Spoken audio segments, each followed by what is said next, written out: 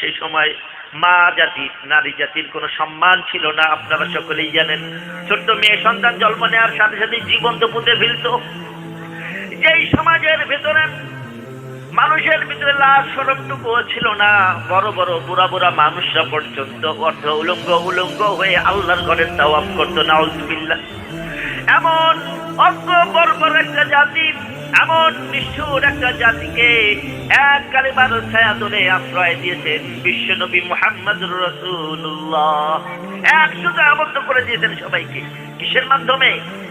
নিজের কোনো মতামত দিয়ে, কোনো মানব রচিত কোনো মতামত দিয়ে, অন্য কোনো মতবাদ দিয়ে নয়, কোন জাদু মন্ত্রের মাধ্যমে নয়, আল্লাহর কোরআনের মাধ্যমে গোটা একটা এরকম বর্বর নিষ্ঠুর জাতিকে তিনি এক কালিমার ছায়া নিয়ে এসেছিলেন। সকলেই বলি আল্লাহু আকবার। আজকের সমাজে যদি কোরআনুল কারীমের চর্চা আমাদের ভিতরে থাকতো, কোরআনটাকে যদি আমরা বুঝতাম, কোরআনটাকে যদি মানতাম, জীবন বিধান হিসেবে গ্রহণ করে নিতাম, আমাদের পার্লামেন্ট থেকে নিয়ে কোরআন ভিত্তিক যদি জীবন ব্যবস্থা কায়েমের ব্যবস্থা করা হতো, তাহলে অবশ্যই আমাদের জীবনটাও ভালো হয়ে যেত। কথা বলেন ঠিক কিনা? আজকে মাদক আছে কোথা থেকে? আজকে ইয়াবা আছে কোথা থেকে? অবশ্যই আমাদের পুলিশ মিডিয়ার ভাইরা যারা দেশের প্রান্তগুলো সামাল দেন, অবশ্যই তারা কাজের মধ্যে গাফলতি করছে। আবার অনেক সময় দেখাও যায় তাদের ছত্রছায়ায় এই কাজগুলো হয় কি হয় না আমার ভাইয়েরা?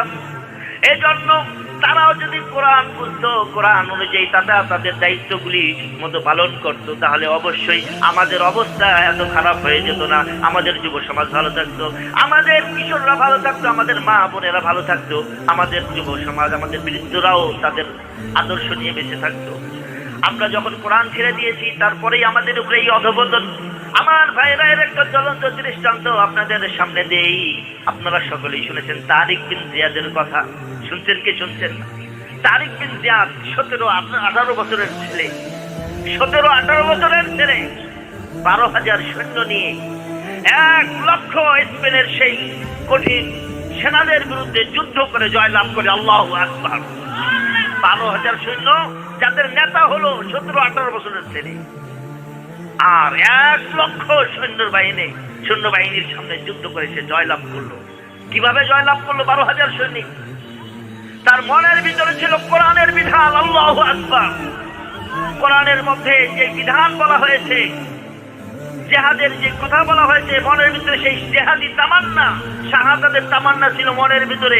মন মস্তিষ্কে কোরআনের বিধানের ভয়াবহতা তাদের ভিতরে ছিল, এবং ইসলামকে পৃথিবীময় এটাকে প্রতিষ্ঠা করতে হবে এমন চিন্তা ভাবনা নিয়ে যখন মাত্র 12,000 সৈনিক 1 লক্ষের বিরুদ্ধে নেমেছে, ওই 1 লক্ষ পালাতে বাধ্য হয়েছে।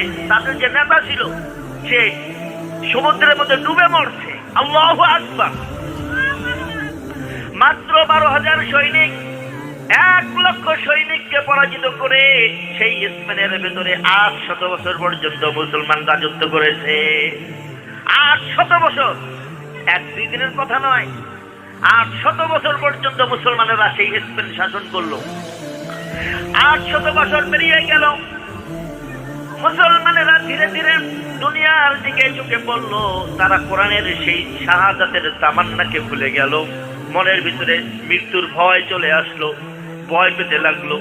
মনের ভিতরে আর সেই শক্তি নাই, সেই জিহাদি তামান্না মনের ভিতরে নাই। কোরআন হাদিস ছেড়ে দিয়ে যখন দুনিয়ার দিকে পাগল হয়ে গেল, তাদের অবস্থা এতটাই শোচনীয় হলো যে দেখা গেল তাদের 800 বছরের যে ক্ষমতা চলছিল, তাদের যে বিশাল বড় রাজধানী, বিশাল বড় মসজিদ বানিয়েছে, যেখানে 1 লক্ষ মানুষ একসাথে নামাজ আদায় করতে পারে, এমন মসজিদের ভিতরে লক্ষ লক্ষ নারী পুরুষ শিশুকে আবদ্ধ করে আগুন দিয়ে জ্বালিয়ে দেওয়া হয়েছে।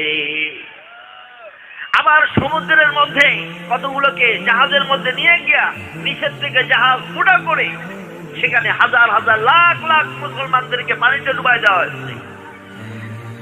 এমন একটা পরিস্থিতি দাঁড়িয়েছে যে গোটা স্পেন জুড়ে একটা মুসলমানও রাখা হয় নাই। গোটা স্পেনটা খ্রিস্টানদের স্বর্গ বানিয়ে দেওয়া হয়েছে। আমার ভাইয়েরা, এই যে ওই দিনটায় আবার ওরা এপ্রিল ফুল পালন করে। আজকে তো আমরা মুসলমানরা ইতিহাস জানি না, ইতিহাস না জানার কারণে আমরাও এপ্রিল ফুল পালন করি, খ্রিস্টানদের দেখা দিই। কথা বলেন ঠিক কিনা? এই যে আবার আসতেছে আর একটা কি 31st নাইট। কারা কারা জিনিস যারা রেডি করে রাখছেন হাত উঠান। কারা কারা রেডি করে রাখছেন হাত উঠান। মুসলমান ইতিহাস জানি না, 31st নাইটের সাথে আমাদের কি সম্পর্ক? কি সম্পর্ক একটু বলেন, কি সম্পর্ক? আমরা বাঙালি হিসেবে বাংলা সন, এটার সাথে আমাদের একটু সম্পর্ক আছে। আমরা বাঙালি। আজকে বাংলা কোন মাসের কয় তারিখ সবাই বলেন? বলেন, জানি না। বাঙালি হিসেবে এই সন তারিখটা আমাদের মাথায় রাখা দরকার ছিল, এটা আমরা জানি না। আবার মুসলিম হিসেবে হিজরি সন আমাদের মাথায় রাখা দরকার ছিল। এখন বলেন, কোন হিজরি সনের কোন মাস কত তারিখ চলতেছে বলেন? এটাও জানি না।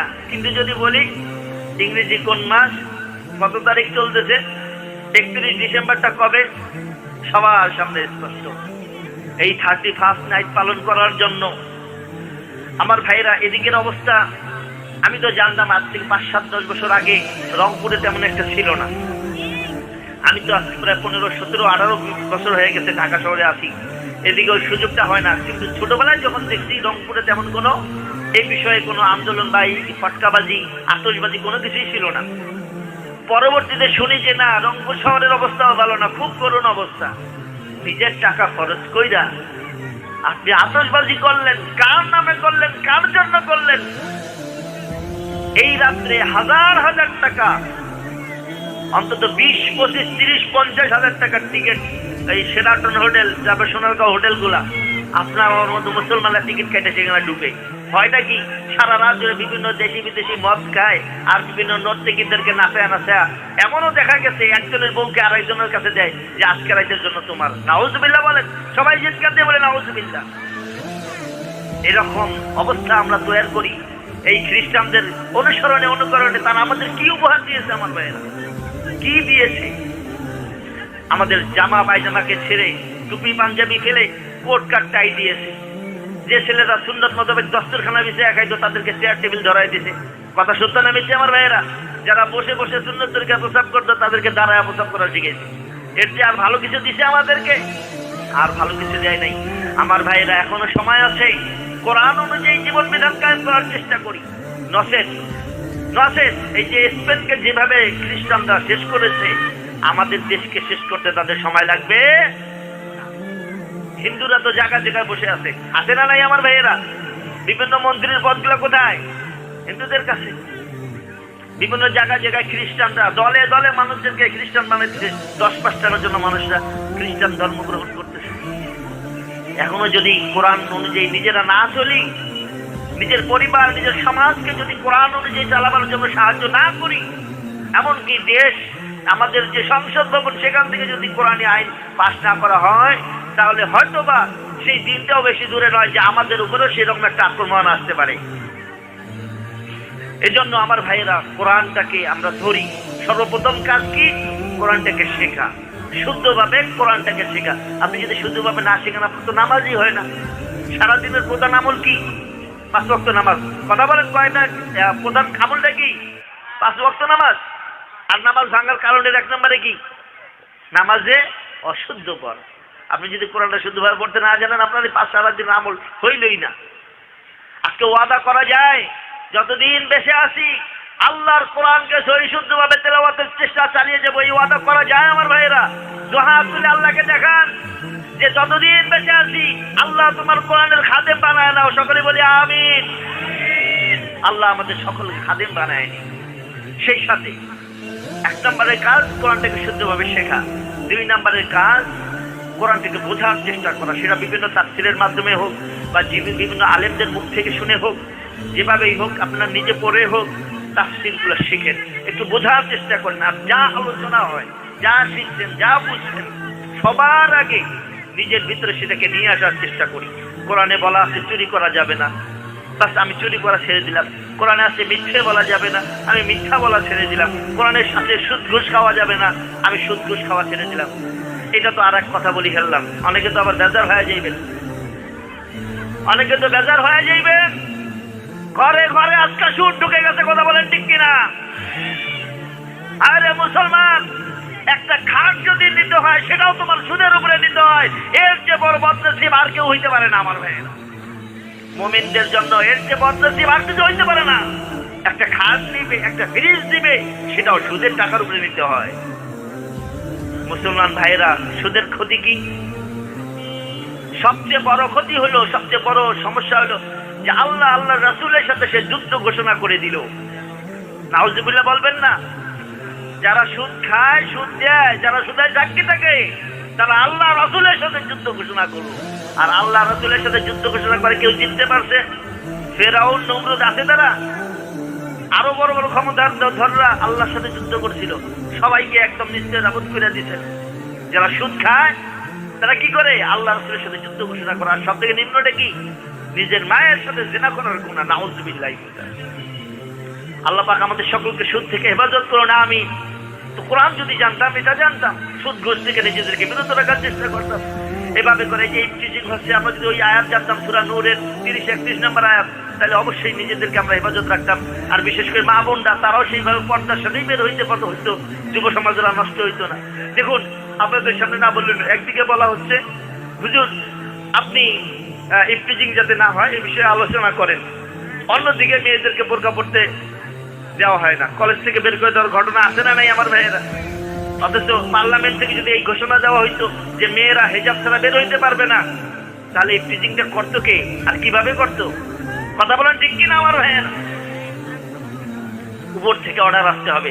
উপর থেকে না আসুক, আমি আমার বাড়ির পরিবারের কর্তা, আমার চোখের সামনে যেন আমার স্ত্রী মেয়েরা তারা যেন বিপর্যয় চলতে না পারে, এই দায়িত্বটুকু তো আমরা নিতে পারি নাকি আমার ভাইয়েরা? এই দায়িত্বটুকু যদি আমরা নেই, এই যে 31st আসতেছে, এটাতে যেন আমার ছেলেরা, আমার যুবক ভাইয়েরা, তারা যেন কোনো রকমের আতশবাজি করতে না পারে, তারা যেন খ্রিস্টানদের অন্ধ অনুকরণ না করে, এই চেষ্টা যদি আমরা করি, তাহলেও তো সমাজটা পরিবর্তন হয়ে যাবে আমার ভাইয়েরা। কোরআনুল কারীম যদি আজকে সমাজের ভিতরে কায়েম থাকতো, কোরআনুল কারীম যদি আজকে আমাদের সংসদ ভবন থেকে নিয়ে ছোট থেকে ছোট পর্যন্ত সর্বত্র যদি কোরআনের বিধান কায়েম থাকতো, চুরি থাকতো না, জেনা থাকতো না, ইফতিজিং থাকতো না, মাদকতা থাকতো না, ইয়াবাখোর থাকতো না। কথা বলেন ঠিক কিনা? কারণ সমাজের যারা প্রধান, তারা যখন সমাজকে ঠিক করার কাজে লেগে যায়, যখন রাষ্ট্রপ্রধানরা রাষ্ট্রকে ঠিক করার কাজে লেগে যায়, তখন কোনো অন্যায় সেখানে প্রশ্রয় নিতে পারে না। কিন্তু যখন রাষ্ট্রপ্রধানরা নিজেরাই গলতের ভিতরে ঢুকে থাকেন, রাষ্ট্রপ্রধানরা যখন বড় বড় মিনিস্টার, প্রাইম মিনিস্টাররা যখন গান বাজনায় মত্ত হয়ে যায়, বিভিন্ন নর্তকীদেরকে নিয়ে এসে যখন নাচ গানে লিপ্ত হয়ে যায়, তখন সেই জাতির অবস্থা কি হবে সেটা তো আল্লাহ ভালো জানে আমার ভাইয়েরা। এই জন্য আমি বলি, সমাজের প্রত্যেকটা নেতা, ঘরের প্রত্যেকটা কর্তাকে আগে কোরআন অনুযায়ী শাসন ব্যবস্থা কায়েম করতে হবে। সর্বোপরি দেশের যে প্রধান আছেন তাদের কাছেও আমরা এই আবেদন জানাই, কোরআন ভিত্তিক সমাজ ব্যবস্থা করে দেন, কোরআন ভিত্তিক রাষ্ট্র ব্যবস্থা করে দেন। তাহলে কি হবে? সমাজের ভিতরে কেউ বিপদেও পড়বে না, আবার কেউ কোনো রকমের সমস্যার সম্মুখীন হবে না আমার ভাইবা। খলিফা ওমরের জমানায় এক মেয়ে বহু দূর থেকে মক্কায় পাড়ি দিয়ে, মদিনায় পাড়ি দিয়ে হযরত ওমরের কাছে এসে হাজির হয়ে গেল। হযরত ওমর বললেন, ও মহিলা, এত দূর থেকে এতগুলা দেশ পাড়ি দিয়ে তুমি আসলা, তুমি যে একটা যুবতী মেয়ে, তোমার কি একটু ভয় লাগলো না? নিজের সতীত্ব হারাবার একটু ভয় লাগলো না? নিজের মাল সামানা হারাবার কি একটু ভয় লাগলো না? মহিলা বলে, ও আমিরুল মুমিনিন, ও খলিফাতুল মুসলিমিন, আমি অমুক দেশ থেকে এই পর্যন্ত আসছি, কয়েকটা দিন চলে গেছে, কয়েকটা রাত্র চলে গেছে, আমার কোথাও এরকম মনে হয় নাই যে কোনো মানুষ আমার ক্ষতি চায়। বলুন আল্লাহু আকবার। বরঞ্চ যখনই কোনো বৃদ্ধ বাবাকে দেখেছি, মনে হয়েছে আমি যেন তার নিজের কন্যা, আমাকে সেইভাবেই আদর আপ্যায়ন করেছেন। আল্লাহু আকবার। যখনই কোনো যুবককে দেখেছি, প্রত্যেকটা যুবক যেন আমার মায়ের পেটের ভাই, আমাকে এরকম আপন বোনের মতো আদর যত্ন করেছেন। আল্লাহু আকবার। কেন এই অবস্থা কায়েম হয়েছিল? খলিফা ওমর কোরআন ভিত্তিক শাসন ব্যবস্থা কায়েম